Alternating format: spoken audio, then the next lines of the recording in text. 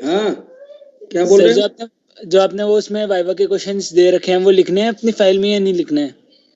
Viva में लिखने हैं 5-6 क्वेश्चन तो एटलीस्ट जो है करने ही करने हैं, वाइवा में इंक्लूड करना है उसमें। Okay sir. लास्ट एंड में सर जो experiment, रिएक्शंस होती है वो कौन सी साइड पे लिखनी है? रिएक्शंस सब कुछ जो है रूलिंग साइड पे लिखना है, केवल जो है ऑब्जर्वेशन टेबल, कैलकुलेशंस और कोई फिगर वगैरह या स्ट्रक्चर ड्रॉ करते हो तो वो आप करो प्लेन साइड पर। जैसे इंडिकेटर्स का जो फिगर है ना, इंडिकेटर्स का जो सॉरी स्ट्रक्चर है। हाँ स्ट्रक्चर की रिएक्शन दी। हाँ, रिएक्शन नहीं, रिएक्शन को तो आप थ्योरी में ही लिखो, वहां जहां थ्योरी है ना वहीं इंक्लूड कर दो रिएक्शन को। पर उसमें स्ट्रक्चर बना हुआ था रिएक्शन के अंदर ही। हाँ हाँ, स्ट्रक्चर बना तो उस स्ट्रक्चर को आप बना सकते हो प्लेन पेज पर भी, कोई बात नहीं, उसको प्लेन पर बना दो। Okay sir. we have to write the Viva practical file. Viva क्या? तो Viva questions practical file में लिखना है? हाँ, फाइल में ही, जब जहां पर एक्सपेरिमेंट खत्म हो जाएगा ना, एंड प्रिकॉशंस हो गया, उसके बाद 1-2 पेज जो है 5-6 क्वेश्चन जो है आप जो वाइवा के क्वेश्चन भी कर लो, वो आपके लिए रहेगा, वो आगे के लिए ठीक है, वो फाइल लास्ट मोमेंट में पढ़ने के लिए, और कुछ काम भी हो जाता है तो हमने वो इंक्लूड कराते हैं। ठीक है, ठीक है सर, ठीक है, ओके। 1 मिनट। ठीक है, स्टार्ट करते हैं। हाँ ठीक है, स्टार्ट कर।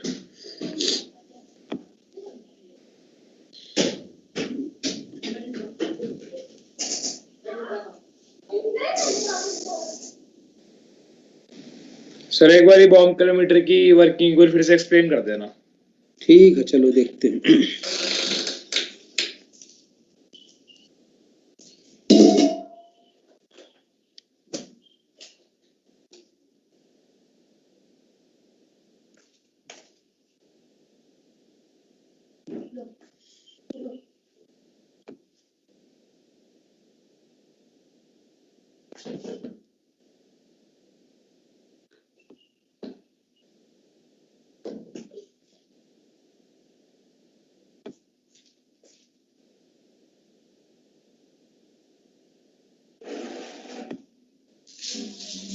पीपीटी शेयर हो रहा? पीपीटी?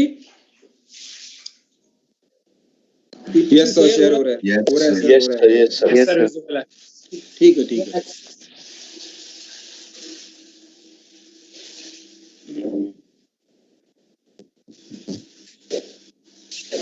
क्या बता रहे थे बॉम्ब किलोमीटर का? सर वर्किंग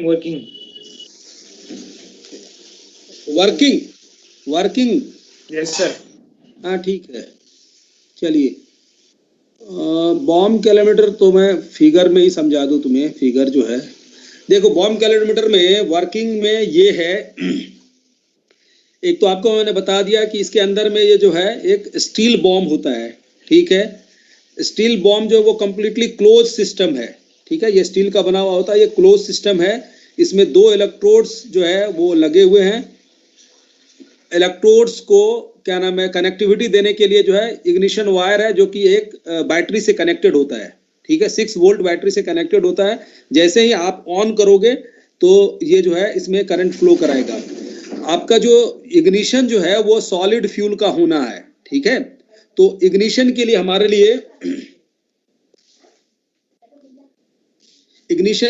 लिए इंपॉर्टेंट ये है कि यहाँ पर जो है ऑक्सीजन होना चाहिए, और जो है इसको इग्निशन जो है टेम्परेचर मिलना चाहिए। तो उस टेम्परेचर के लिए यहाँ पर जो है इग्निशन जो है वो एक इग्निशन वायर यूज करते हैं, जो कि मैग्नीशियम का वायर होता है। और इस वायर को जो है ये दोनों इलेक्ट्रोड विथ को उससे कनेक्ट करते हैं, और as well as the fuel जो है that is also in the connected position. जैसे ही आप इग्निशन आप यहाँ पर ऑन करोगे तो करंट फ्लो होगा, और जो है it will get the heating, get the heating and the जो है इग्निशन स्टार्ट हो जाएगा। इसके अंदर में सफिशिएंट क्वांटिटी में ऑक्सीजन जो है that has been supplied, so that कि प्रॉपर इसका जो है कंबशन हो सके। ठीक है, जो भी हीट रिलीज होता है उसके बाहर ये कॉपर कैलोरीमीटर है। ये कॉपर का कैलोरीमीटर सिलिंड्रिकल जो है सिस्टम, एक तरह का वेसल होता है, जिसके अंदर में वाटर जो है एक definite amount, fixed amount of water जो है वो आपको इसके अंदर में फील्ड है। तो जो है जो हीट लिबरेट होगा, all that heat is thought to be gained by the whole जो है असेंबली ऑफ द कैलोरीमीटर, जिसमें कि calorimeter itself, the thermometer and other ये मेटालिक जो ऑब्जेक्ट्स है इसमें लगे हुए, ये स्टेरर लगा हुआ है, ये सभी कुछ जो है पूरा सिस्टम जो है वो सारा अमाउंट हीट लेगा, क्योंकि all are in contact with each other. तो जो है सभी जो भी एब्जॉर्बिंग सब्सटेंस है हीट एब्जॉर्ब करेंगे और सभी सबों का एक फाइनल टेम्परेचर होगा, कुछ भी जो भी है इनिशियल टेम्परेचर होगा और उसके बाद उसके फाइनल टेम्परेचर होंगे, ठीक है। और ये पूरा का पूरा सिस्टम जो है बाहर से ये जो है एक वाटर जैकेट होता है, इसके सॉरी एयर जैकेट है तो है पहले, ये एयर का एक जो है एक आप सेपरेशन वॉल आप कह सकते हो वो है, और उसके बाहर एक वाटर का भी सेपरेशन वॉल होता है, और ये बाहर से पूरी तरह से इनक्लोज्ड है, सो दैट कि there should not be direct flow of heat from this system to the atmosphere, वो ना हो, ठीक है। इसके लिए तो ये जो है पूरा का पूरा इस तरह का सिस्टम है, इसमें हीट लिबरेट होगा, वो हीट जो है सारा का सारा calorimeter and all the accessories associated with the calorimeter that will be gained. तो यही हमारा था। और इसमें जो हीट का लॉस है वो केवल हम ये मानते हैं कि that is only through the radiation, चूंकि वो हर एक सिस्टम में होता है, हीट का लॉस जो है रेडिएशन में होता ही है। साथ में किसी भी सिस्टम में चाहे वो कितना भी इंसुलेटेड हो, its temperature cannot be maintain for जो है वेरी लॉन्ग टाइम, ठीक है। इस temperature will go on decreasing, तो यानी कि हीट का लॉस होता है। तो आप क्या करते हो, जैसे जैसे जो है टेम्परेचर रेज होना, जब ये हीट लिबरेट होगा तो सिस्टम का टेम्परेचर रेज होना शुरू होगा। थर्मोमीटर में आपको टेम्परेचर जो हायर टेम्परेचर जो बढ़ता जाएगा, finally it reaches to a certain temperature level, वो मैक्सिमम टेम्परेचर आपको नोट करना है। और उसके बाद जो है अगेन वी हैव दैट कि the temperature of the thermometer go on decreasing, ठीक है। तो इसमें दोनों चीज को हम लोग नोट डाउन करते हैं, एक तो टेम्परेचर को रेज होने में जितना टाइम लगा, that is also noted down. When you have started the firing, when you have started the combustion, then the temperature of the whole system and the temperature, the maximum temperature raised by the system, this is noted down, and also the time is noted down कि कितने time में हुआ। Finally जब highest temperature से ये जो temperature fall करना शुरू करता है रूम टेम्परेचर तक, वो भी टेम्परेचर जो है हम नोट डाउन करते हैं। That gives us the rate of cooling निकल जाएगा। तो at the time of rising the temperature, how much amount of heat was lost, how much the deficit in the temperature was noted down, वो निकाल सकते हैं हम लोग, कितना डेफिसिट हुआ कितने टाइम में, क्योंकि रेट ऑफ कूलिंग हमें मालूम हो जाएगा। तो जितने टाइम में टेम्परेचर रेज हुआ हाईएस्ट तक गया, उतने टाइम में कितना टेम्परेचर का लॉस हुआ है जो है दैट कैन बी डिटरमिन्ड। और ये जो है हम लोग फाइनली जो करेक्शंस इंट्रोड्यूस करते हैं, उस करेक्शंस में जो है इसको ऐड करना जरूरी है, तो ये हम लोग वहां पर करते हैं। तो ये फाइनल फार्मूला आपका ये फार्मूला आया था, C = W + W T2 - T1 / X calorie पर ग्राम। ये तो नॉर्मल है। आफ्टर करेक्शंस जो है ये फार्मूला था। हम लोग 3 तरह के करेक्शंस इसमें करते हैं। एक तो fuse wire correction, that is the magnesium wire that has been used for the ignition of the fuel, वो भी हीट लिबरेट कर रहा है और that is being included in this जो डिटर्मिनेशन। तो ये हीट फ्यूल का हीट नहीं है, तो this has to be subtracted. तो इसको हम कहते हैं फ्यूज वायर करेक्शंस। वो भी हम लोग वो जो है हीट को हम लोग जो है सब्ट्रैक्ट करेंगे from the total heat calculated. उसके बाद एसिड करेक्शंस है। एसिड करेक्शंस में हमने बताया कि ये एक ऐसा सिस्टम है जो क्लोज सिस्टम है, वॉल्यूम रिमेन्स कांस्टेंट, और इसके अंदर में बहुत हाई टेम्परेचर एंड प्रेशर जो वो जनरेट होता है। कोई भी वॉल्यूम यदि आपने फिक्स कर दिया तो that will lead to the high temperature and pressure. तो इसमें जो है बेसिकली जो सल्फर और जो नाइट्रोजन, सल्फर का तो वैसे भी कंबशन हो जाता है, लेकिन नाइट्रोजन का कंबशन नहीं होता है नॉर्मल बर्निंग में। तो यहाँ nitrogen that get also oxidised to NO और NO2, और ये जो sulphur dioxide and oxides of nitrogen है, दे बोथ जो है combined with the water vapour form there are and finally leads to the formation of acids, sulphuric acid and nitric acid, and both these processes are highly exothermic in nature, and so a sizable amount of heat is liberated in this process. That is also not the heat जो है released from the fuel, तो that has also to be subtracted. तो इसको भी subtract करना, ये भी निकाला जाता है, इसको कैलकुलेट किया जाता है और उसको फाइनली हम सब्ट्रैक्ट करते हैं। कि जो कूलिंग करेक्शंस में है वही बात कि heating and cooling are simultaneous processes as the temperature rises above the room temperature. किसी भी सिस्टम के लिए एप्लीकेबल होता है। There will be loss of heat due to radiation and the highest temperature recorded will be slightly less than the that obtain. तो ये जो highest temperature हम T2 जो मानते हैं इसमें, वो T2 एक्चुअल में यदि आइडियली बात करें तो that is not the highest temperature. तो some amount of heat was lost in the process of heating, in the process of rise of temperature. तो वो जो है अमाउंट को हमें ऐड करना पड़ेगा। तो इसलिए जो है यहाँ पर फाइनल फार्मूला जो होता है उसमें ये W is the wait of water taken in the conical flask, ये स्मॉल w इज द जो है ये है उसको कहते हैं क्या कहते हैं इसको, ये वाटर इक्विवेलेंट, सॉरी ये water equivalent of all the calorimeter and all accessories का वाटर इक्विवेलेंट है T2 - T1 plus cooling correction. तो ये T2 जो डिफरेंस ऑफ टेम्परेचर हमने रिकॉर्ड किया एक्चुअल में, वो एक्चुअल नहीं है, it has to be modified, और इसके लिए हम कूलिंग करेक्शन ऐड करते हैं, माइनस ये टोटल अमाउंट ऑफ हीट जो है ये है गेन्ड बाय द सिस्टम, ये हो गया। इसमें से वो जो अमाउंट इसका पार्ट नहीं है, मतलब एसिड से जो आया और फ्यूज करेक्शंस जो है that has to be subtracted, इसलिए न्यूमरेटर में ये दोनों चीज सब्ट्रैक्ट किया गया, और डिनोमिनेटर में फाइनली वही है मास ऑफ द फ्यूल, जो हमने फ्यूल का अमाउंट लिया था, क्योंकि calorific value is nothing but the heat liberated from unit mass of the fuel, unit quantity of the fuel है। तो इसलिए जो है हम लोग C इस तरह से, और जो निकलता है वो हायर कैलोरीफिक वैल्यू है। यस, किसी को कोई क्वेश्चन?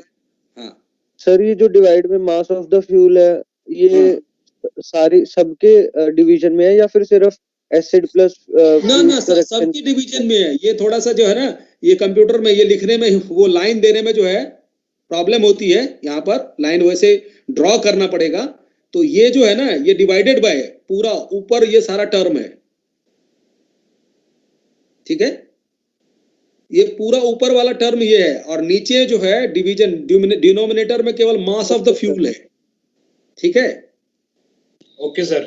हाँ, इसमें हम लोग एक और जो है ना वो यूज कर सकते थे यहाँ पर, सॉरी, यहाँ एक जो है बड़ा ब्रैकेट जो है ना वो यूज कर सकते थे, पूरे में एक ब्रैकेट यहाँ लगा देंगे तो ये पूरा का पूरा एक टर्म हो जाएगा न्यूमरेटर का, ठीक है।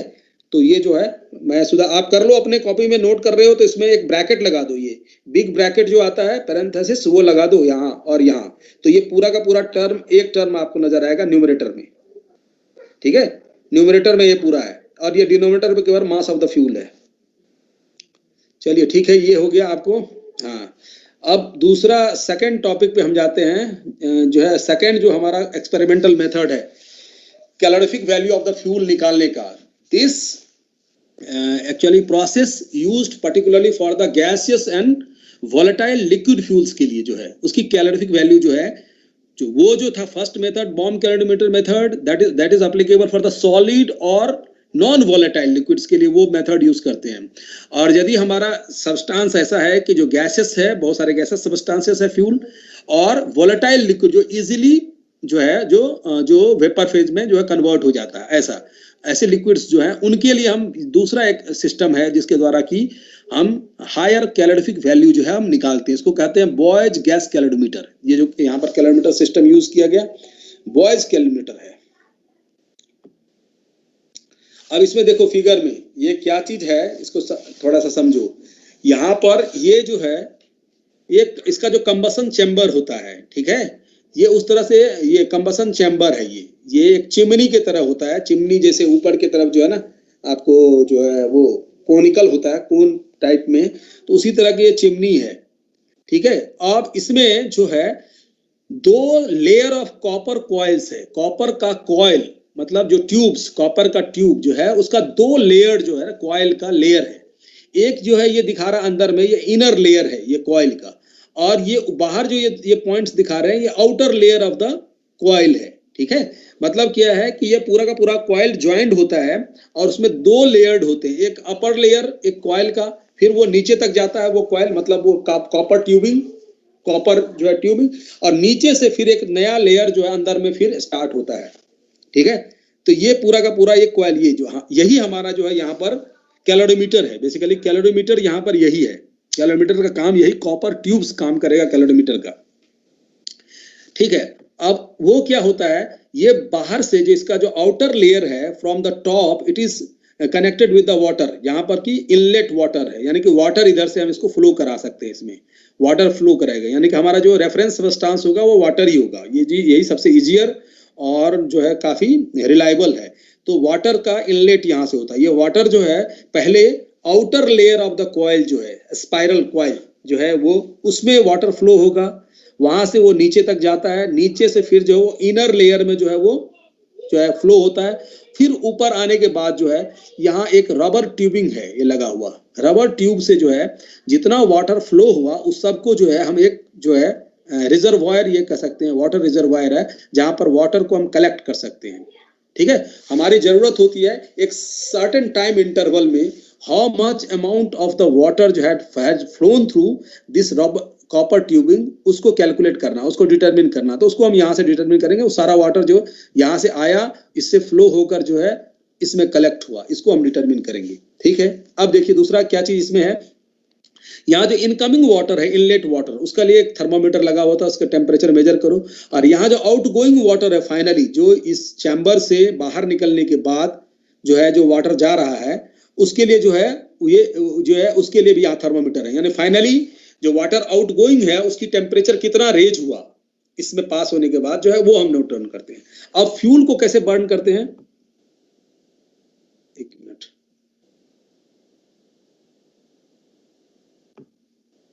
हाँ, फ्यूल को कैसे बर्न कर रहे हैं वो देखना है। फ्यूल जो है चूंकि हमारा गैसेस फ्यूल है या वोलेटाइल लिक्विड फ्यूल है, उसको जो है यहाँ पर इसको एक जो है जो बर्नर है, बर्नर के थ्रू जो है फ्यूल वेपर्स को जो है हम लोग जो है बर्न करते हैं। यहाँ पर इसका मीटर लगा हुआ है, जो मीटर के द्वारा कि आप नोट डाउन कर सकते हैं कि हाउ मच अमाउंट या volume of the fuel was burned in a particular time interval, यहाँ से आपको मालूम चलेगा।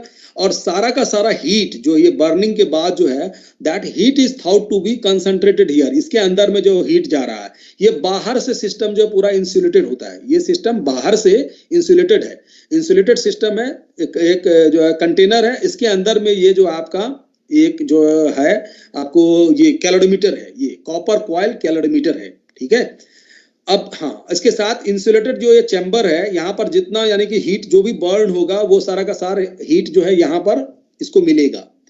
और फाइनली जो एग्जॉस्ट गैसेस होगा, यानी कि बर्निंग के बाद जो एग्जॉस्ट गैसेस है उसके निकलने के लिए यहाँ आउटलेट है, यहाँ से जो है ये एग्जॉस्ट गैसेस बाहर आएगा। इसमें एक खास बात ये है कि ये हीट फ्यूल्स जो बर्न होने के बाद सारा हीट जो है इस सिस्टम को मिलता है। फाइनली जो एग्जॉस्ट गैसेस है ये इससे इस चैम्बर से बाहर निकलने के बाद जो है यहाँ से निकलते हुए बाहर निकलेगा। इसमें ये इस सिस्टम को ऐसा बनाया जाता है कि ये इतना कूल डाउन हो जाता है कि जो भी वाटर वेपर फॉर्म हुआ वो सारा का सारा वाटर वेपर यहाँ बाहर निकलते हुए जो है फिर से कूल डाउन हो जाता है, और वो यहाँ पर जो है वाटर वेपर को हम कलेक्ट कर सकते हैं। कंडेंस्ड स्टीम है ये, यानी फ्यूल का स्टीम, फ्यूल में जो स्टीम बना, फ्यूल में हाइड्रोजन है, हाइड्रोजन के बर्निंग से जो स्टीम बना, all that steam is thought to be जो है कलेक्टेड हियर इन द इसमें इस ट्यूब में, इस सॉरी बीकर में। ठीक है, बाकी अदर गैसेस जो है वो यहाँ से लिबरेट हो जाता है। हम उसको जो है अपने कैलकुलेशन में जनरली कंटेन नहीं करते कि वो जो है हमारे लिए सबसे इंपॉर्टेंट जो होता है वो ये होता है कि स्टीम में जो हीट जो है लेटेंट हीट जा रहा है वो यहाँ पर कलेक्ट हो जा रहा है, वो जो हमें ऑब्टेन हो जा रहा है, क्योंकि वो फिर से कंडेंस हो जा रहा है। इसका मतलब क्या हुआ, जो लेटेंट हीट वेपर में जा रहा था, स्टीम में जा रहा था, that does not go out, क्योंकि वो जो है वेपर जो है कंडेंस हो गया, कंडेंस होकर यहाँ कलेक्ट हो गया। ठीक है, तो ये पूरा का पूरा सिस्टम है। अब आप इसको थोड़ा आप देखिए ये जो है दूसरे स्लाइड्स में देख लो क्या है।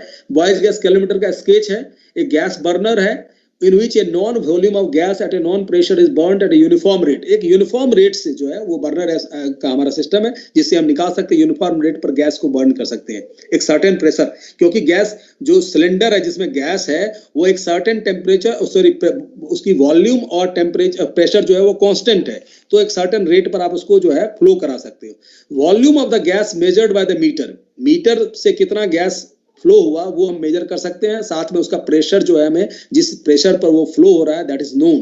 तो इस तरह से volume and pressure both are very important, कि यदि आप क्वांटिटी के बारे में कंसर्न, पीवी दोनों कांस्टेंट होना चाहिए, तभी जो है आप, नहीं तो आप वॉल्यूम बढ़ा दो प्रेशर घटा दो खुद से तो फिर उसका कोई मतलब नहीं हुआ। गैस के केस में, वेपर के केस में volume and pressure both are an important quantity, और ठीक है, तो उसको जो है हमें उसको जो है उसको मेजर करना है। ये बर्नर से होता है। The burner is surrounded by chimney या combustion chamber हमने कहा, which has a copper tubing inside as well as outside. Through this copper coil, water at a constant rate is flown. Water at a constant rate is flowing water enters from the top of the outer coil से, passes through the outer coils, moves to the bottom of the chimney and then moves upwards through the inner coils, exit from the top से जो है निकल जाता है। ठीक है, आपको क्या करना है, थर्मोमीटर्स लगे हुए हैं यहाँ पर T1 and T2 to note the temperature of incoming and outgoing water है। The container is provided for collecting water, water को जो फ्लो हो रहा है उसको कलेक्ट कर सकते हैं, which is formed due to the condensation of steam, एक तो स्टीम के कारण, मतलब जो ये तो है फ्यूल से जो वाटर बन रहा है, स्टीम बन रहा है, उसको कलेक्ट करने के लिए हमारे पास भी है during combustion. Whole assembly is enclosed in a insulated chamber में ये पूरा का पूरा है, मतलब heat is not thought to be generally lost to the atmosphere, जो भी हीट है वो इसके अंदर में जो है रह रहा है। पहला काम हम क्या करते हैं, इसको कैलकुलेट, हमारी जो प्रोसेस ऑफ जो है of determination of the calorific value, उसके लिए करते हैं कि फ्यूल को burning of the fuel and circulation of water continued for 15 minutes for initial warm up time. क्या करना है, फिर पहले 15 मिनट्स के लिए जो है दोनों चीज को कंट्रोल करते हैं।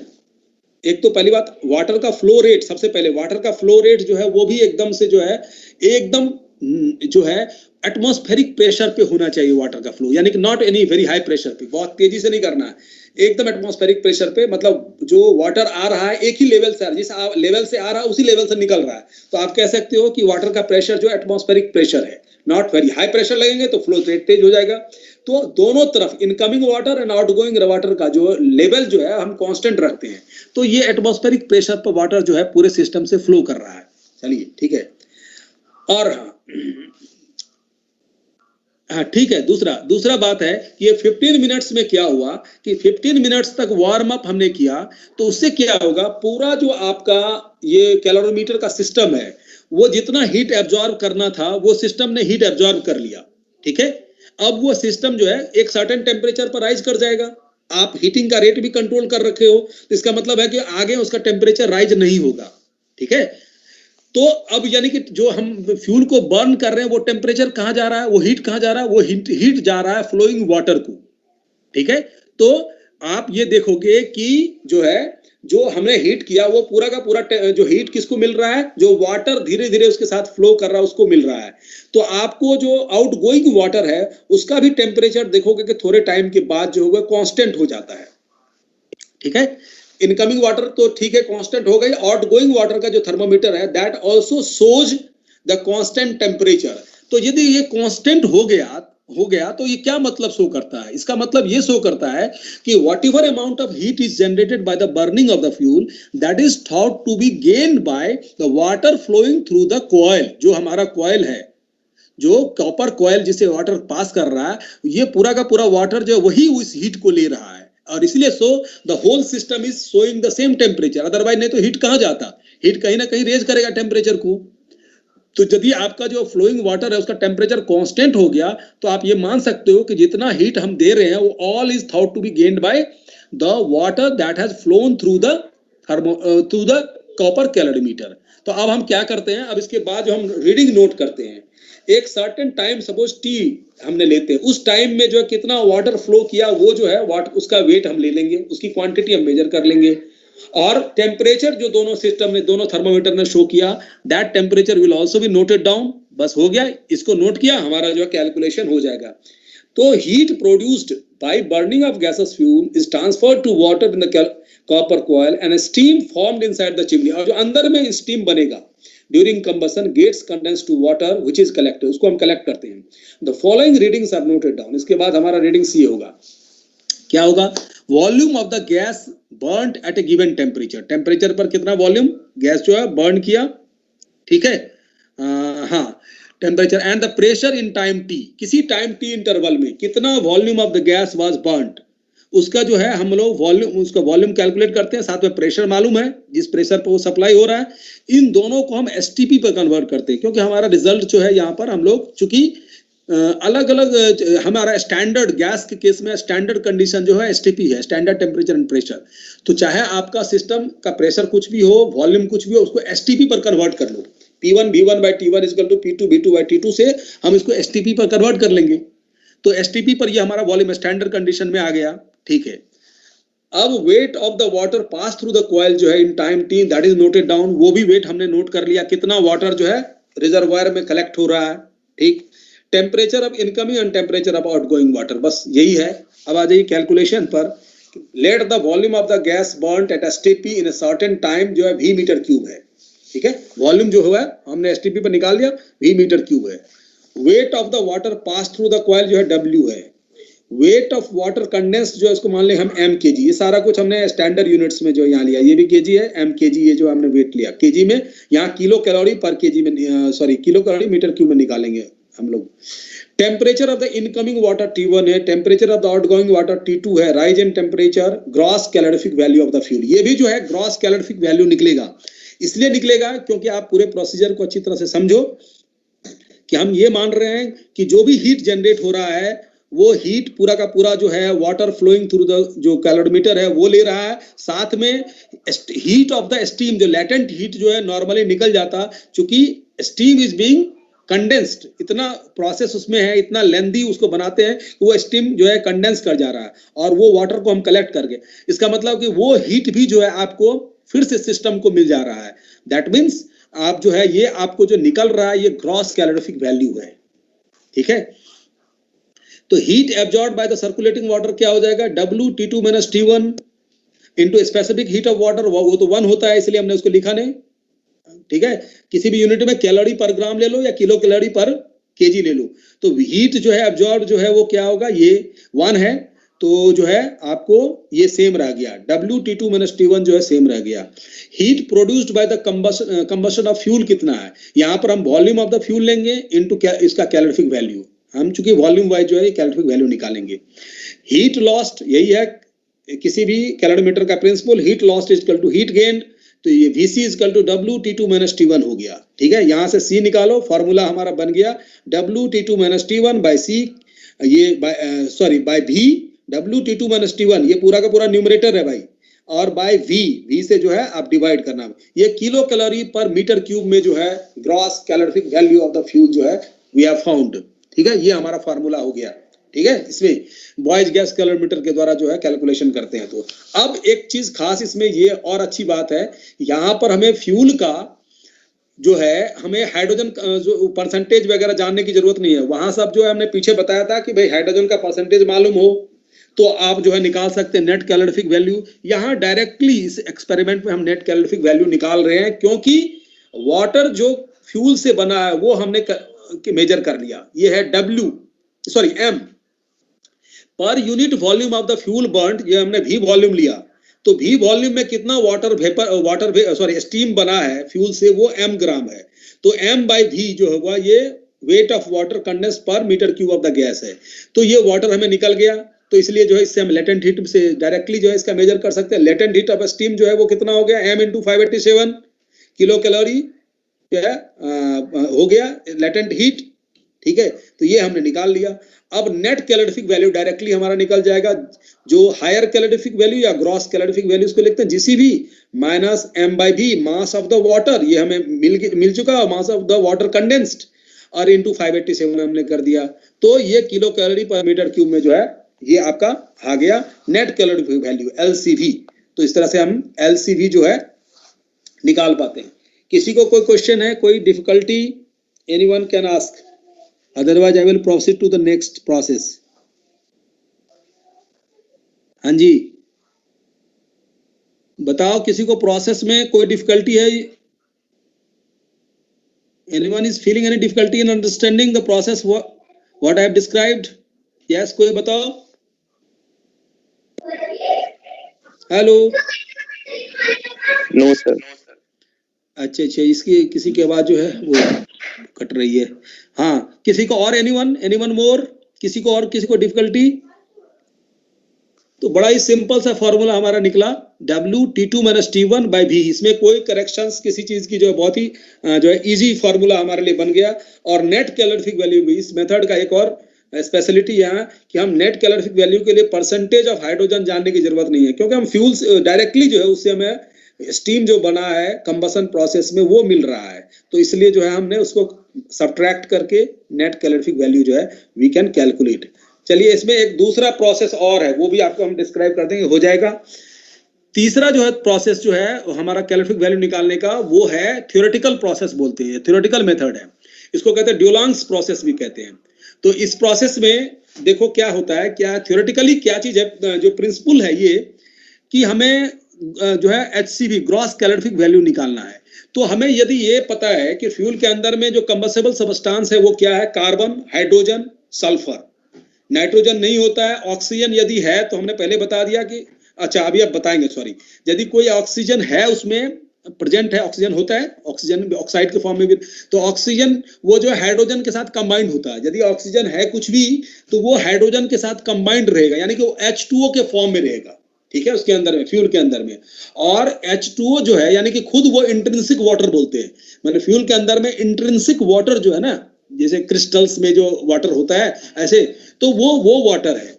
तो यदि ऑक्सीजन है तो that is with the combined with hydrogen है, ठीक है। तो ये एक जो है इसमें यानी मेन कंबस्टेबल सबस्टेंस है carbon, hydrogen and sulphur. Nitrogen का नॉर्मली कंबशन नहीं होता है तो वो हम इंक्लूड नहीं करते हैं इसमें।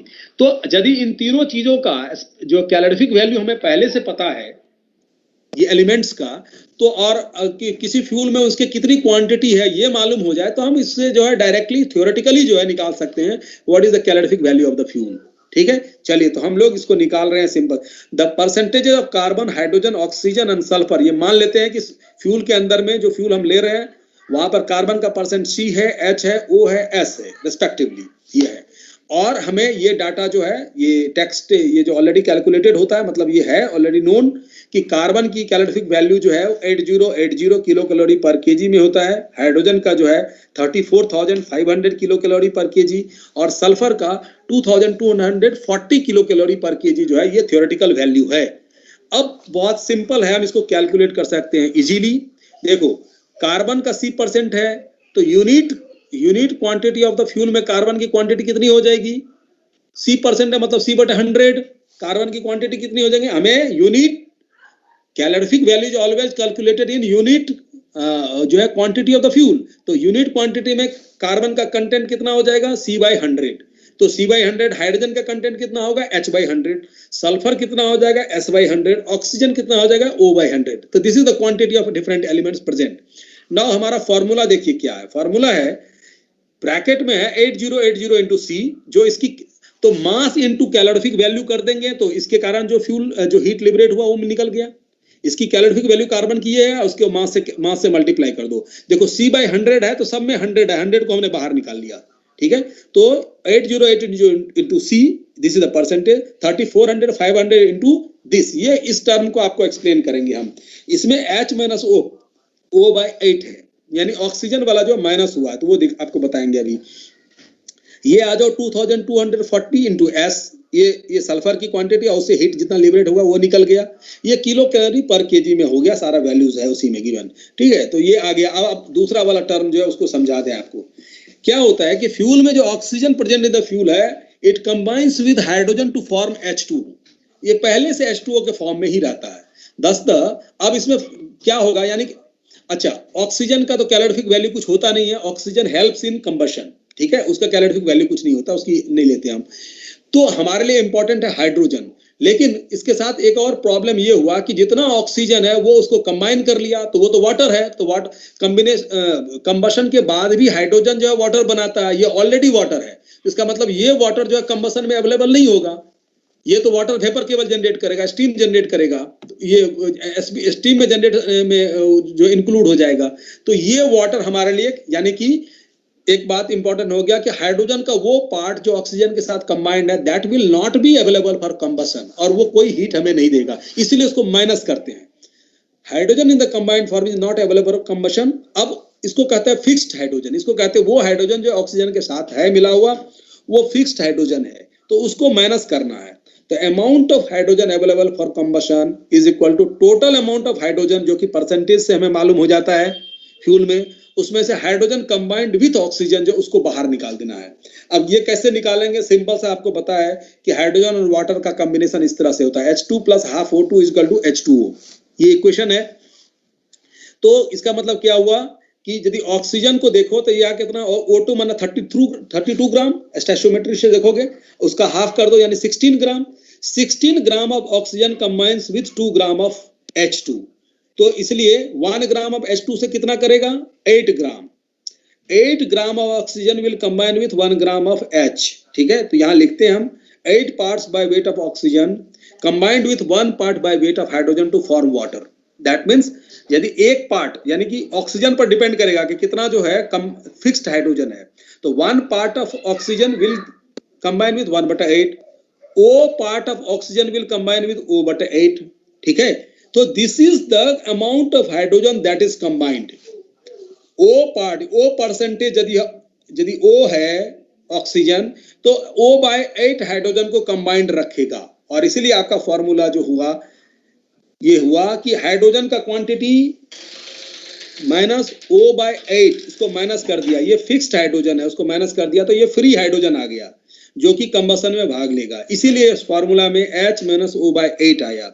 और 1/100 तो चूंकि परसेंटेज को हमने कन्वर्ट किया क्वांटिटी में, वो सबके लिए इक्वल टर्म है, वो बाहर हमने कर दिया। तो इसलिए फाइनली आपका थ्योरेटिकल फॉर्मूला बन गया, theoretical way of calculating the gross calorific value of the fuel या higher calorific value of the fuel is equal to 1/100 multiplied by ये टर्म्स जो है आपका ब्रैकेट में है 80 into C, this is the percentage of carbon, this is the 34,500 multiplied by H minus O/8, this is the percentage of free hydrogen, and 2240 into S is the percentage of sulfur present in the fuel। तो यही combustible substances होता है जिससे कि कारण heat liberate होगा। तो आप इस तरह से theoretically if you are knowing the percentage of carbon, hydrogen, oxygen, sulfur, we will be able to calculate what is the quantity of fuel generated theoretically from the fuel। ये निकाल सकते हैं। तो ये भी एक तरीका, एक जो है प्रोसेस है उसको निकालने का। उसके बाद हम लोग नेट कैलोरीफिक वैल्यू जो है वो डिटरमिन कर सकते हैं। वो फिर वही सिंपल सा वही है एनसीबी और एलसीबी के बीच, एचसीबी और एनसीबी के बीच में जो हमारा रिलेशनशिप है एनसीबी एचसीबी माइनस 9H। अच्छा, परसेंटेज टोटल हाइड्रोजन का परसेंटेज क्या है? H है। ये टोटल परसेंट लेंगे, फ्री नहीं, कंबशन फ्री का होता है, लेकिन जो भी हाइड्रोजन है all will finally be form the hydrogen water. तो इसलिए जो है ये जो परसेंटेज डिपेंड करता है ये वाटर की क्वांटिटी है।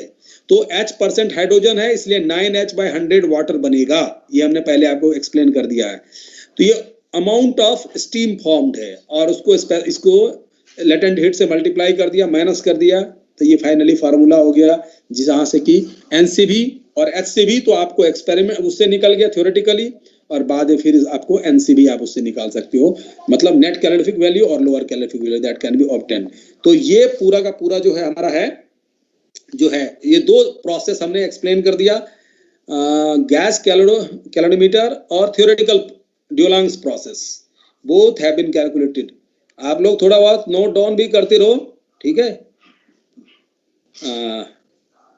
ठीक है, किसी को कुछ पूछना है? Anyone has to ask? Excuse me, sir. हाँ जी, सर वो H minus O/8 का एक बार फिर से बता दीजिए। हाँ जी, H माइनस O/8 बड़ा सिंपल है। हमने ये आपको थोड़ा मेन पॉइंट ही समझना है कि ये सॉरी हाँ, कि हमने ये बताया कि देखो यदि ऑक्सीजन जो है ना वो क्या बोलते हैं हम, कंबाइंड फॉर्म में रहता है हाइड्रोजन के साथ, यानी कि वो H2O बना के होगा। तो यदि ऑक्सीजन की क्वांटिटी आपको पहले से पता है, परसेंटेज पता है, मतलब क्वांटिटी पता है, तो क्वांटिटी तो वो कितना हाइड्रोजन को कंबाइन कर लिया जिसको कि हम फिक्स्ड हाइड्रोजन कहते हैं, वो हमें निकालना है। तो फ्रॉम दिस फार्मूला जब भी ऑक्सीजन हाइड्रोजन का कॉम्बिनेशन होता है तो this is the reaction that takes place, यही है फार्मूला, स्टोइकियोमेट्री इससे निकलेगा।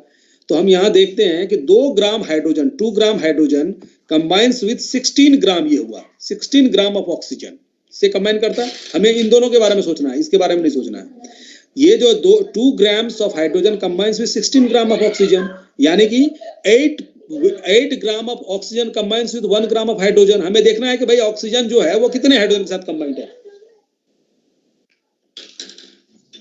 तो 8 parts by weight of oxygen combined with 1 part by weight of hydrogen, ठीक है, टू फॉर्म वाटर। इसलिए 1 पार्ट कितने से करेगा? 1/8। यूनिटरी मेथड है, बहुत सिंपल। इसलिए यदि O पार्ट ऑक्सीजन है यानी O ग्राम ऑक्सीजन है तो वो कितने से कंबाइन करेगा? O/8, ठीक है। तो ये कंबाइंड हाइड्रोजन है, ये हाइड्रोजन जो है वो फिक्स्ड हाइड्रोजन हो गया, ये जो जिसका कंबशन नहीं होना है, तो इसलिए टोटल अमाउंट ऑफ हाइड्रोजन में से इसको माइनस कर देते हैं। तो ये टोटल अमाउंट में से इसको माइनस कर दिया। H जो है वो टोटल परसेंटेज है, उसमें से जो फिक्स्ड जो हाइड्रोजन है उसको माइनस कर दिया, because that will not go through the combustion, क्योंकि वो ऑलरेडी वाटर है, तो इसलिए वो क्या बनाएगा, वो तो वाटर ही रहेगा, केवल वो जो है वेपराइज होगा, स्टीम बन जाएगा। तो इसको H माइनस O बटा 8 हुआ, H में से माइनस हो गया। यस, बताओ और किसी को कोई प्रॉब्लम? अब भी समझ में आया नहीं आया? सर ये वाला जो फॉर्मूला हमको एग्जैक्टली याद करना पड़ेगा और ये वैल्यूज याद करनी पड़ेगी। अरे तो कितनी बड़ा फार्मूला है, 2-3 तो अभी तक फार्मूले आए। हाँ जी, ये 8080 जो है कार्बन का होता है कैलोरीफिक वैल्यू, 34,500 हाइड्रोजन का होता है, उसको हाइड्रोजन को उससे मल्टीप्लाई करेंगे, 2240 जो है सल्फर का होता है। बस तीनों टर्म को तो मल्टीप्लाई किया और बाय मल्टीप्लिकेशन सबका 1/100 है, क्योंकि परसेंटेज है, ये हमने माना जो है वो परसेंटेज है, उसको मास में कन्वर्ट करेंगे, per unit mass of the fuel में उसकी क्वांटिटी, तो ये सब C/100 हो जाएगा, ये हो जाएगा इतना बाय 100, ये हो जाएगा S/100, 1/100 सबका कॉमन आ गया।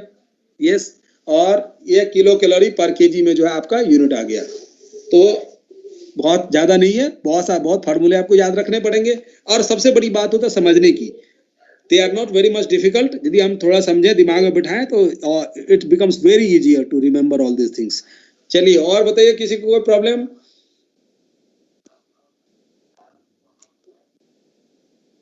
चलो अब टाइम हो रहा है, तो हम आपका पहले तो अटेंडेंस कर लें।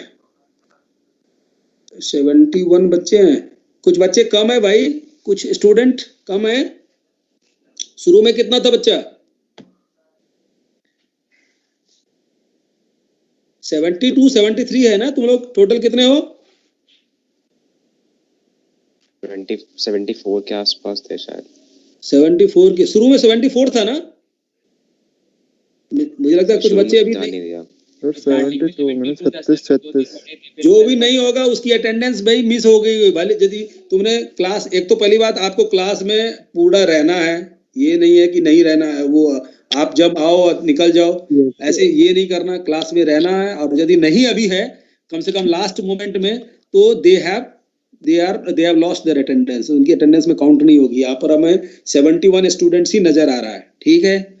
चलिए अब तो आपका टाइम भी हो रहा है, तो अब अगली बार थोड़ी बहुत इसमें कुछ न्यूमेरिकल्स बताएंगे इस पर, और आगे जो है प्रोसीड करेंगे फाइनल। इसके बाद हमारा होगा, ये तो कैलोरीफिक वैल्यू एक मेन ये था एक्सप्लेन करना। इसके बाद आएगा कि different type of fuel, solid, liquid और गैसेस फ्यूल्स के केस में अलग अलग जो कुछ पैरामीटर्स को हम डिस्कस करते हैं, तो वो हम लोग करना शुरू करेंगे। पहले सॉलिड से स्टार्ट करेंगे, then we will come to liquid, और फाइनली जो है गैसियस फ्यूल। ओके, ठीक है। Yes, sir. Thank you so much, sir. Thank you. Thank you, Thank you, sir. sir. Attendance हो गया? Okay, अब now you can go for the another class. Thank you, sir. Yes, sir. Thank you, sir.